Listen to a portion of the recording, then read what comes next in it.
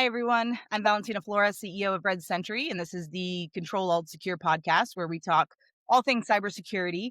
And today we have an awesome guest because it's something we don't really talk about too much. We try to avoid it sometimes, but it's really important. We want to talk about data privacy, law surrounding it. So today we have Timothy Shields. He's a partner at Kelley Kronenberg, and they're a full service firm, but he has a specialty in data privacy and is really just going to help us break down some of the myths around it, what you need to know as business owners. And so, Tim, thanks for coming on. If you want to give us kind of your background and, what landed you here. Thank you so much for having me. I'm really excited to have a kind of a nerdy conversation with people in the know. So it's always exciting. Um, my background is eh, law is a second career for me.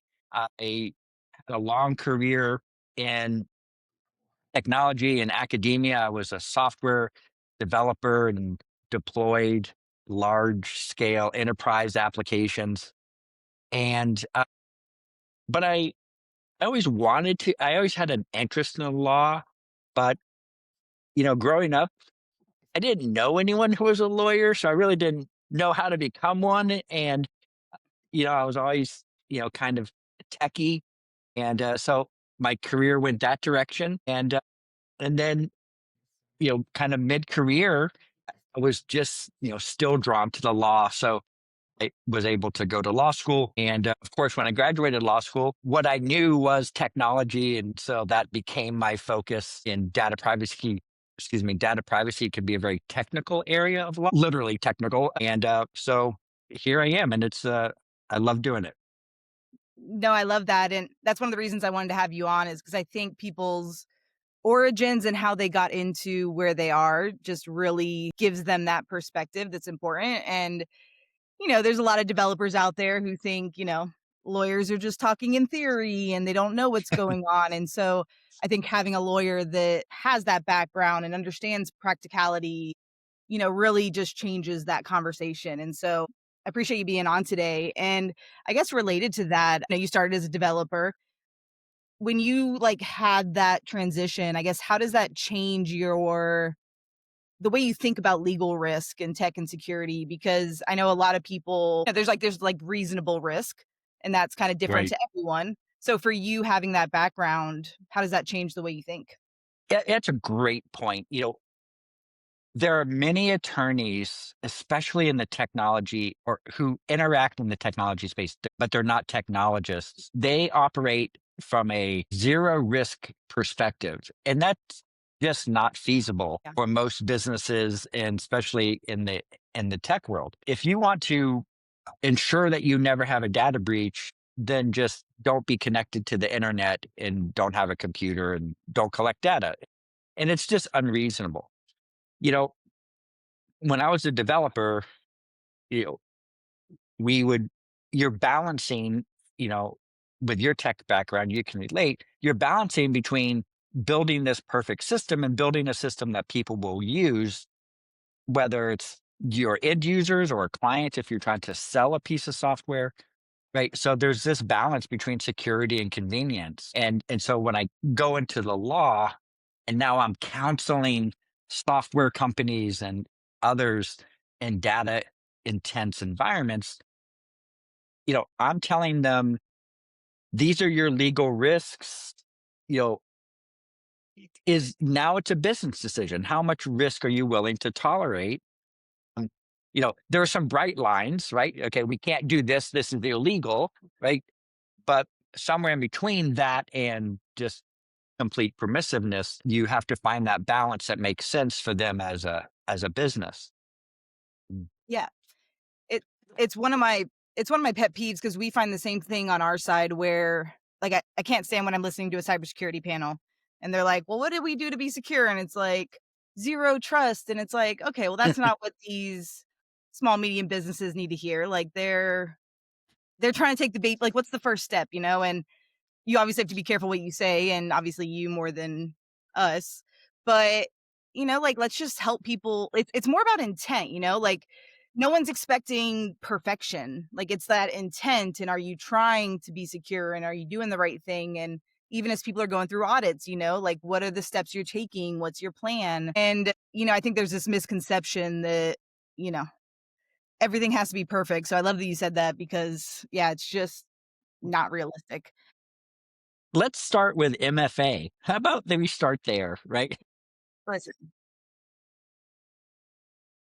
Let's start with some IP restrictions on network access. Simple things. So I think that when you talked about making that good faith effort, and when I'm counseling companies, especially small startups who, they may have had some funding rounds, so they have money, but that money is earmarked for production or development, not Yeah. security and lawyers, right? That doesn't add value to the company. So, you work and manage that. But one of the most important things from my perspective as an attorney and working with people like you is if you develop a plan, like this is our security plan, do it, right? Because that's what creates legal liability that I see later is we said we were going to do XYZ, Yeah. we didn't, and we had a breach. Now we have a problem, right? If we said we were going to do that and we did it and we had a breach, that's a different level of liability than Yeah. not doing what you said you're going to do. Yeah. And then, a lot of times when there's a breach, from my perspective, it feels like the things that are done after the breach are almost more of a liability than the breach itself, like just Yes. spending days. Because I mean, I was with an organization when they went through a breach and a ransomware, and it felt like it was days of finger pointing before anyone was, like, doing anything, and, Right. like, just do the right thing, like, take the next steps, have a plan, do the plan, and, like, you'll probably be okay, like, do your best. No one is faulting businesses per se because they had a data incident. Everyone is having a data incident. Governments, the FBI, small and large businesses, right? It's like blaming a homeowner for a hurricane, right? It's going outside of your control to some extent. Right. It's the response and your preparedness is what you're going to get in trouble for. One of my roles, because I have a technical background, I think that helps through the noise a little bit Mhm. because usually the first call that I get is the CEO or their legal counsel or someone like that. Very quickly, I want to get past The that phone down. conversation because they don't know what happened. Let me talk to your network admin. Do you have a security person? What do we have on the forensic side? How quickly can I get into the weeds in that conversation to really understand what we have, figure out what our plan is? Oh, hopefully we know what our plan is, but what our next steps are in executing that plan. Yeah. When you when there's a breach, I guess at what point do you want them to call you? Like, if they're setting up a tabletop exercise and they're creating their plan and you're one of the contacts on the list, where should that go? And should it be the CEO or should it be the developer that calls you? Like, what's your ideal plan? One the thing that drives so you and I use the word breach. Some people use incident. So you have someone who clicked on a link in an email, right? So we have that incident. They do a little investigation, and it looks like we've had some data leave or some access. Okay, so now we have a concern. Ideally, I'm contacted as soon as someone thinks that it was likely that data was exposed. The sooner really the better, because there are a lot of advantages from the business's perspective to have me manage a lot of that forensic work going forward. If we have to bring in outside folks, what is our remediation? Do we have a crisis management person for communications, depending on the size of the organization, of course. So the sooner the better. Of course, there might be slight bias No, in that that's answer. When we were having kids, I remember the OBGYN said nothing good comes from an overdue baby. And that was kind of his philosophy. And I kind of think about that with data breach, right? So nothing good comes from delaying calling legal counsel. So it Yeah. doesn't get better the longer it goes. No, for sure, and I think that's true of so much of cybersecurity and people. I think there's also just this fear of the unknown, and it's overwhelming and people don't understand a lot of it, and because they don't understand it, like, there's just a lot of delay, and so I think having They're these afraid. conversations helps. Yeah, like, having They're that conversation, afraid. the lawyer's telling you, "Call Yeah. me. It's okay. I'm a person. It's okay. I'm here to help I you." They're afraid. And I think there is a little, if we ignore it, it will go away. Yep. Well, there's also so much I've seen so much of how am I going to defend my role in what happened, and whether that's a actual developer who built the product or Mhm. whether it's the CEO thinking about the clients, like there's kind of that self-preservation and that company preservation Yep. idea of let's make sure we got our like T's crossed and I's dotted before we start calling these people, but you're part of the T crossing and I dotting. And so, you know, bringing those people that are part of the team in earlier the better for sure.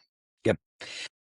I had just today, I had a a general counsel, call me for one of my larger clients, and they got a notice from one of their clients that that that their client felt like there had been unauthorized access to their data.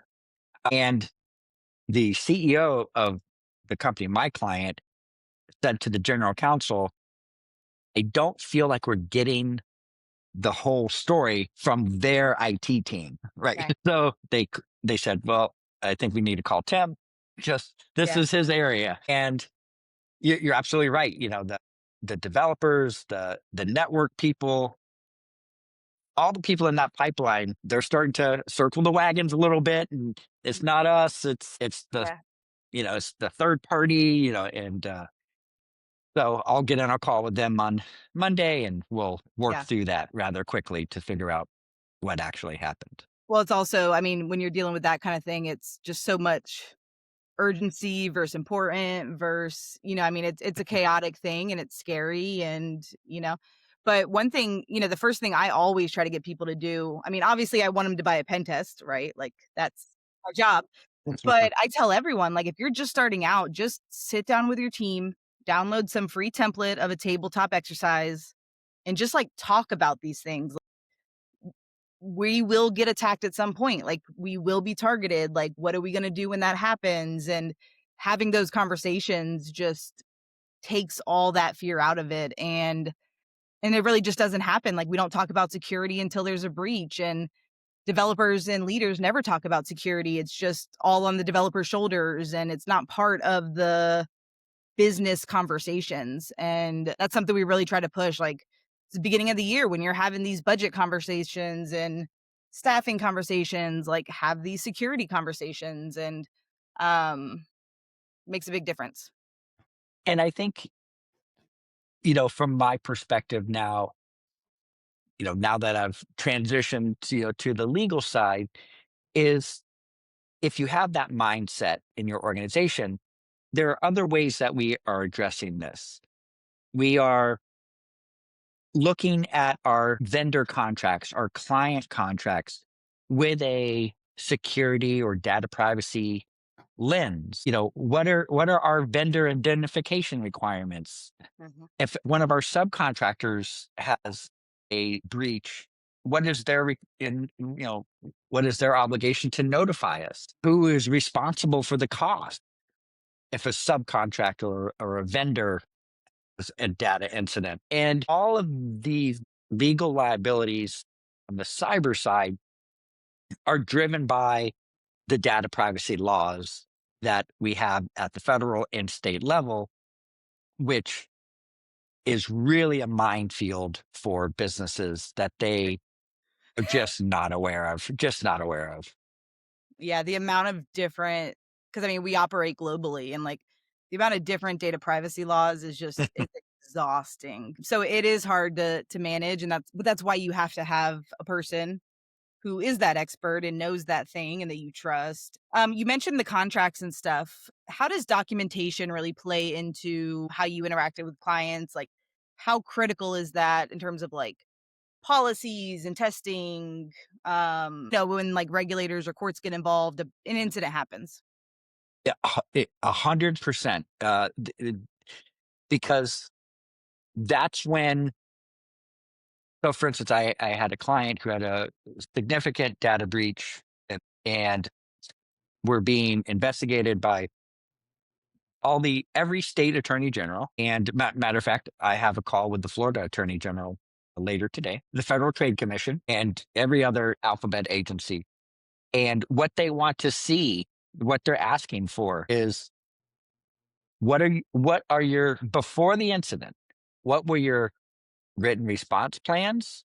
What was your security protocols? And they want that documented. And the reason they want those documents is, one, because then, like I said, if you didn't do those things, then that's what they're gonna, that's gonna be the hammer.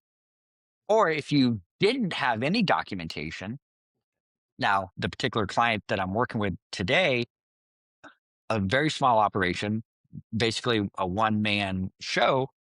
So he didn't have a lot of document. You don't really document things for yourself, Right. but now the regulators are using that against him, saying Mhm. that he was not properly prepared. So documentation is super important.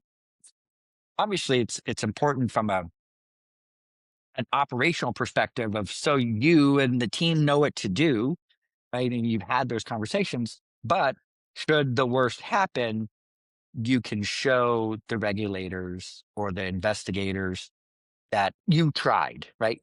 You were making a good faith effort, and the bad guys just won Yeah. this one.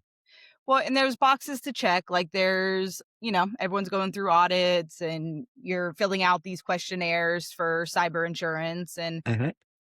a lot of times people are like, all right, what do I have to do to get through this form and this audit? And, people just kind of fudge or, exaggerate things. And, um, it just is so much worse on the back end for that. And, there's checking boxes and being ready for regulators, and then there's being ready for an actual attack. And I think people don't understand that cyber insurance, annoying audits, MFA, penetration tests, like all these things, it's not just like noise. Like, the reason these things Mhm. are in place is because these are good practices and because this will help you in the case of an incident? So yeah, I mean, I just I'd almost rather you have nothing than, like, made up documents. Like, I feel like everyone just downloads templates nowadays and is like, "Here's my privacy policy," and it's like, "Well, did you even read it?" Or Does that make sense? Yeah, From a data privacy perspective, and yeah, a lot of my practice obviously is driven by data privacy laws. One of the first questions I'll ask any new client is, what type of data do you have and where is it? And more often than not, they cannot answer that question. yeah, They don't necessarily know how much information, and this is where the technical piece comes in. So I'm usually the CEO, the executives, they don't know at the developer level what type of information is being yeah, captured. Are we capturing IP addresses or precise geolocation data? Are we, you know, session monitoring? And these things create real liability. yeah, Um, you know, do you have the correct disclosures on your online chat tool? Are you capturing information that you're not getting consent for? mhm, So those are, real problems for businesses, and creates a lot of yeah. hidden liability. No, there's hidden liability. I mean, that's the biggest part of all of this is just the hidden stuff that you don't know about. And, we used to ask everyone, like, we're scoping out a web application and it's like, do you have sensitive data? And then we just found that everyone was answering no. And it's like, okay, how about you tell us what your application does and then we'll tell you. what's sensitive. Question one, do you know what sensitive data is? Yeah, like everyone's like, "No, we don't put social security numbers out publicly." Like that's what people think when they think that. And it's we try to do a lot of education around just what this simple piece of data can do, like what we can do with this thing, like AI, for example, which, I'm sure you're hearing about all the time. And everyone's just throwing AI into their platforms, especially Right. in the form of like chatbots. Everyone's throwing AI chatbots. I mean, it's just so easy for us to just ask that chatbot a bunch of questions and it gives us, the keys to the castle. And there's just so many. Yeah. AI liability is completely unknown at this point. I think over the next 3 to 5 years, it's going to explode. Insurance companies are not sure what to cover Hmm. when it comes to AI generated liability. You know, you mentioned a chatbot. So you have on one side, you have, okay, the AI chatbot is you trick it into disclosing information Ethically, or with permission. correct, right? I mean, bad actors can do Yeah. this, but what if your chatbot is being discriminatory, right? Which And it we do. could, yeah, it creates real liability for you because you don't have and proper governance. Yeah. I tell my clients treat your AI tool as you would a new hire. Yeah, that's what we You say know, too. Yeah. you wouldn't just hire a new employee and be like, "Well, good luck. I hope everything works out." Here's access to every file. There's access to everything. Is it covered under errors and omissions, general liability, employment discrimination, copyright infringement? There's data privacy concerns. Have your customers given you permission to use their data to train your AI models? That could be a concern. So we could Well, do a whole nother podcast on yeah, AI no, and liability. I mean, I have one question that I know the answer is probably it depends, but, I'm gonna ask it anyway because it's something we get asked all the time. So, you know, so many softwares now they're not building their own, right? They're just plugging into ChatGPT, for example. And if ChatGPT gets breached, you know, what does that mean for them and their clients? Are they liable? How are you dealing with just that simple third party liability element? Absolutely. It This depends. is where I'm not going to say that. Lawyers, that's our famous go to. This is where it becomes very important to read these vendor agreements. I have not read the Chat GPT agreement, the user agreement. I am certain that it has a liability limitation that you release them of any liability. So when you're using any of these platforms, and so many platforms, I may have QuickBooks, and now QuickBooks rolls out an AI module to help me plan my spending or whatever, right? So these tools are going to be available to people whether the company's ready for it or not. I think it's really important for companies to have explicit AI policies because if you don't have a written AI policy, your policy is use whatever you want and let your employees know you can use these tools and Right. then just add to it. Because almost just as bad as having no policy is I see so many policies now that are like, "You can't use AI of any kind," and it's like, well, Right. obviously they're going to. But, like, Right. That's okay, right. So that's let's right. be That's the realistic. equivalent of having no policy. Right. Let's be realistic and, like, set up some Right. guardrails and, do your best. And explain Right. why this is important. Right. You cannot say you cannot use AI. That's foolish. You have to tell them what they can use Mhm. and what is the process to onboard a new AI tool. You know, it's the future, right? Everyone is going to be using these productivity tools, including the bad guys, right? Right. So they love AI to do better at their ill deeds. But yeah, you definitely have to have. I'll see. Let people know what to do, Yeah. and they'll do it.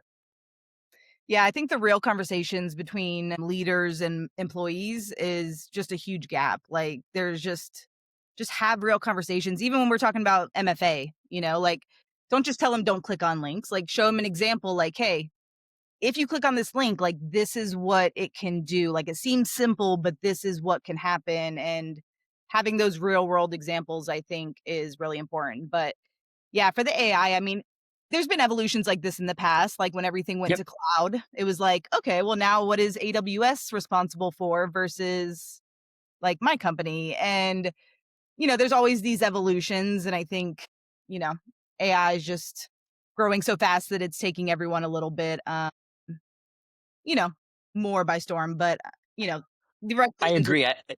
The the adoption rate right, for the AI has been just astronomically quick. So it's great. I think, the same rules still apply, right? So you right. still have your data privacy concerns, you still have your cybersecurity concerns, and you don't get a pass on those just because you don't know the rules. Right. So Like any what we other say kind in of the law, law, right? Ignorance of the law is not an excuse. Yep. I don't know if you know, I used to be a police officer and a detective, so Yes. that was just like it's like, "Listen, just because you didn't just because you didn't know that murder was Just legal doesn't mean." Nice try.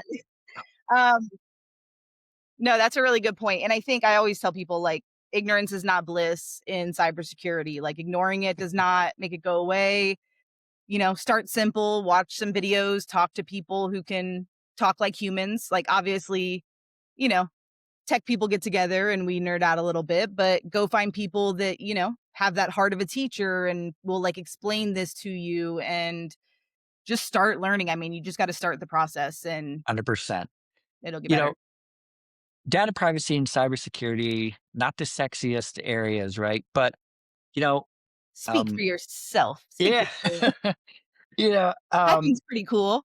yeah, but it's like, cybersecurity, it's like wearing a seatbelt, right? It's a waste of time until it's not. You know, I get a new client and I have enough scary stories to scare them into, m- moving that needle forward. But, hopefully they can learn from the mistakes of others and not have to get scared themselves and Yeah. have that potential breach. It's funny, Tim, and people probably think we like talked about all this, but like I have so many of the same analogies as you, but they're just a little bit different. Like I use the seatbelt analogy all the time, but from the perspective of everyone knew seatbelts were like a good, but no one wore them until someone made you. Right. And that's the same thing, like for specifically for penetration testing, but also partially for, cyber insurance. Like no one's going to get these things until some clients like, "Hey, where's your cyber insurance?" And they're like, Yep. "Oh yeah. Like where's your penetration test from the last year?" And it's like, "Oh yeah, I need one of those." And so many more industries are getting regulated now. And so even if you're someone that doesn't have to get this stuff yet, it's coming. And, you know, In the last two legislative sessions, there has been proposed legislation, and I have a good feeling about it this year here in Florida, that if you're a business and you meet some minimum standards such as NIST or some industry standards, and you have a breach, as long as you can show that you met those standards, it's going to shield you from some of the potential mhm, litigation. And I hope, and I'm really encouraged by that, because that's the carrot and the right, stick that we need. Now people will be motivated right, to, extra motivated, to take right. that, move it up on the to-do list. No, for sure. And I think it also helps. I mean, developers want their products to be secure too. Like it's not Right. It's the CFOs and stuff that we're talking about right now that are kinda like, that's gonna be on the back burner. So I think, like, talking to the technology people, it's less so I think that gives them kind of ammo of like, "Hey, listen, we gotta get this now, so, like, here's the here's the proposal." Yep. Um, yeah, and then I think the only other thing to solve in the regulations that I think is getting better is just that so much of the language is vague, and especially with Yes. AI now, people don't know, like, what can count for what. Like if I use ChatGPT to give me a risk assessment because I put in a few sentences, like, is that a risk assessment? Like, did I do one on my business? So I hope that that language continues to be, strengthened and just more clarity and, so companies can move forward easier. So Mhm. yeah, so on that, I mean, leaving everyone here, I mean, we're talking to developers and leaders and everything else. Is there one kind of data privacy myth that you would want to debunk and leave them with going forward? I think the biggest myth is that my business is not a target because who would care about my small XYZ business? And I tell them that the answer is you care about your business.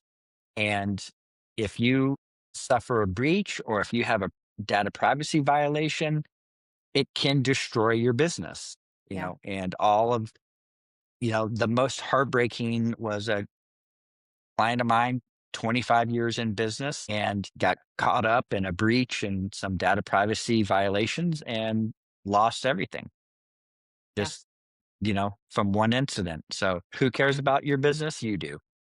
yeah. No, I love that. I mean, talk about it all the time, and I think now it's starting to sink in more. I think people are taking it more seriously. I hear more people being curious about it all, so I think it's a good direction for the future, and I hope that continues, and I appreciate you coming on today and kinda, like, breaking all this down a little bit, and for everyone interested, I'll put Tim's information attached to this, but please reach out if you have any questions or you're just not sure what you need or if you need this or kind of what stage you're at, please reach out to us. And, we love talking to companies and just kind of navigating this. So, Tim, thanks so much for being on today. Oh, thank you so much. This was a blast. And if anyone ever has any questions, please reach out. I'd love to talk about this stuff. Awesome. Thanks, Tim. Thanks so much.